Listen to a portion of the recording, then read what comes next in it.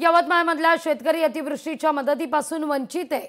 42 ते 43 हजार शेतकरी अतिवृष्टीच्या मदतीपासून वंचित आहे। पैसे त्वरित मिळावे बळीराजाची मागणी आहे। बळीराजासोबत संवाद साधलाय आपले प्रतिनिधी संजय राठोड यांनी। मी सध्या आहे जिल्हा अधिकारी कार्यालयात। आपण बघू शकता कशा प्रकारच्या या ठिकाणी जे शेतकरी या ठिकाणी धडकलेले आहेत। शेतकऱ्यांना पैसे आतापर्यंत मिळाले नाही अशी ओरड या ठिकाणी जे ते शेतकऱ्याच्या वतीने करण्यात येत आहे।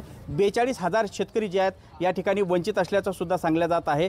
शेतकऱ्यांना अतिवृष्टीचे पैसे का मिळत नाही असा सवाल सुद्धा यावेळी उपस्थित केला जात आहे। दुसरीकडे जर पाहिलं तर पटवारी असो किंवा कृषी सहाय्यक असो हे शेतकऱ्यांना मदत करत नसल्याची ओरड सुद्धा या ठिकाणी होत आहे। आपल्यासोबत थेट शेतकरी आहेत, त्यांना विचारू। भाऊ, एकीकडे जर पाहिलं तर 43 हजार शेतकऱ्यांचे पैसे 42 हजार शेतकऱ्यांचे पैसे या ठिकाणी लटकलेले आहे, त्यांना आतापर्यंत पैसे मिळालेले नाही। काय सांगणार शेतकरी म्हणून तुम्ही? आम्ही वारंवार तलाठी असेल, कृषी सहाय्यक असेल, तहसीलदार असेल यांना वारंवार फोन केला आहे, अर्ज केलेले आहे, विनंत्या पण केलेल्या आहे, पण अजूनही जवळपास 1 महिना झाला शेतकऱ्यांच्या खात्यात पैसे झाले नाही। शासनाने जे 18,500 रुपये जाहीर केले होते त्यापैकी पहिला हप्ता 8,500 होता, दुसरा हप्ता हा 10,000 होता।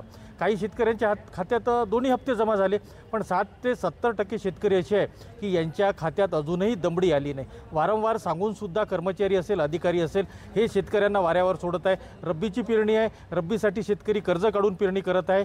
त्यासाठी आम्ही आज जिल्हाधिकारी साहेबांना निवेदन द्यायला आलेलो आहे। आमच्या खात्यात अजूनही पहिलाही हप्ता झाला नाही आणि दुसरा हप्ता दूरच राहिला। जेव्हा आम्ही तलाठी झालं, कृषी सहाय्यक झालं किंवा तहसीलदार साहेब झाला यांना विचारायला गेलो तर हेही असे सांगते काय पुढच्या आठवड्यात होईल, पुढच्या आठवड्यात होईल, पण अजूनही अद्यापपर्यंत अजूनही पैसे जमा झालेले नाही। त्यासाठी आम्ही निवेदन द्यायला इथे आलेलो आहोत। संजय राठोड, लोकशाही मराठी, यवतमाळ। लोकशाही मराठी, ऐका, पहा, जागरूक रहा।